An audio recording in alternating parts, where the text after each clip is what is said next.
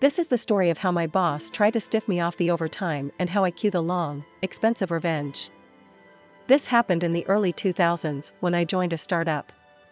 We agreed on a salary and no paid overtime and an evaluation in 3 months and then annually. Standard stuff mostly. It was a very mediocre salary for the work, but I really liked work itself, which was extremely interesting and challenging.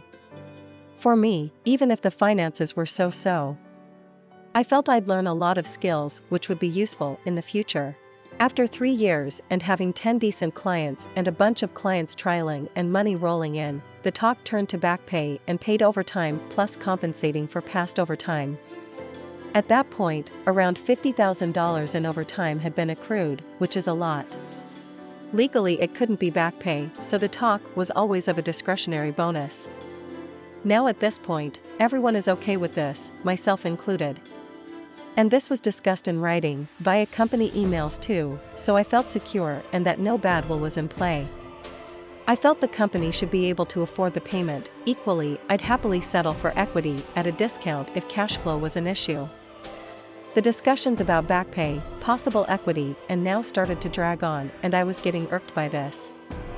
In the end, I was made an offer of equity, which meant the company valuation was far beyond anything reasonable, in the hundreds of millions, and I'd get a minuscule stake, less than 0.01% of a company with 9 employees and a projected annual turnover of around 2 million.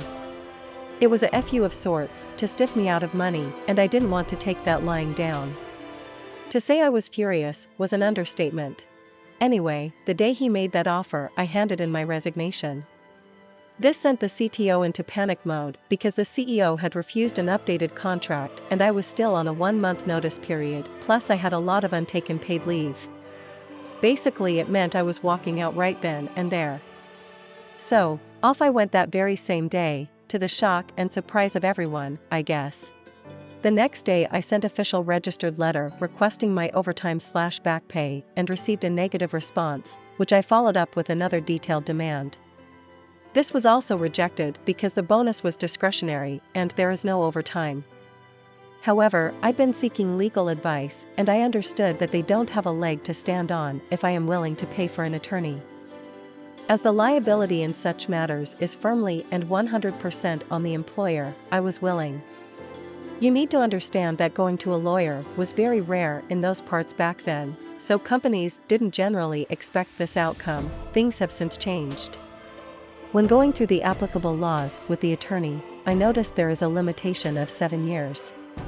So, while my attorney was laying out what to do in order to get me my money in a little as a few weeks, I just asked him what if we wait until it's 6 years and 11 months after the transgression and then file, demanding interest?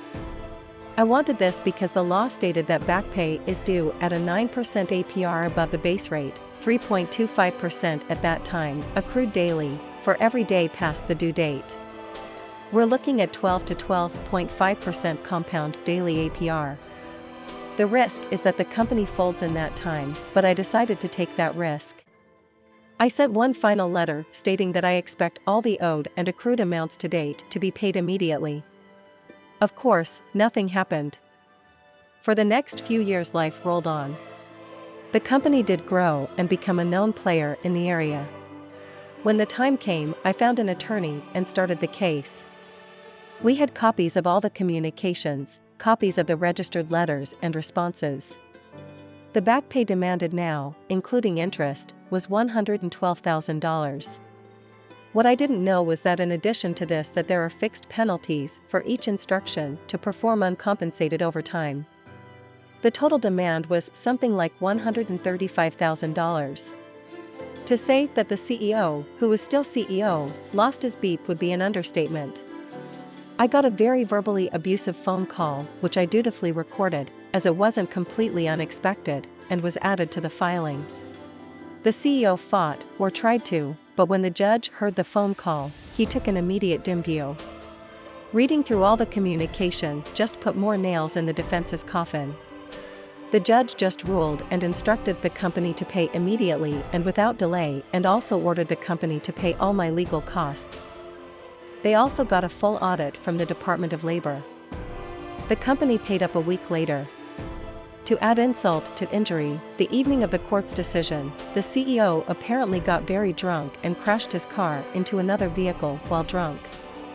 He got a DUI conviction and lost his driving license for half a year, and his insurance refused to pay out for the damages to his vehicle, brand new Mercedes S-Class, as he was drunk. All in all, a glorious day. Ooh, delaying the case until the interest and fines racked up is the very definition of a pro move. Suck a satisfying story. Screw anyone that tries to mess with your livelihood. Guys, help me understand. Imagine you own business. You have an employee who's driven and is performing consistently. His consistency has granted the company with constant cash flow. He's interested in the job. At what point would your mind be like, let's hoard everything for ourselves? Including that which is legally payable to others, is it just pretty greediness? Even then, wouldn't it be in your selfish interest to let him be satisfied with the work to bring in more cash flow? Sometimes it is hard to understand why people become so greedy that they destroy themselves. What are your thoughts on OP's revenge? Tell us in the comment, and don't forget to like, subscribe and share.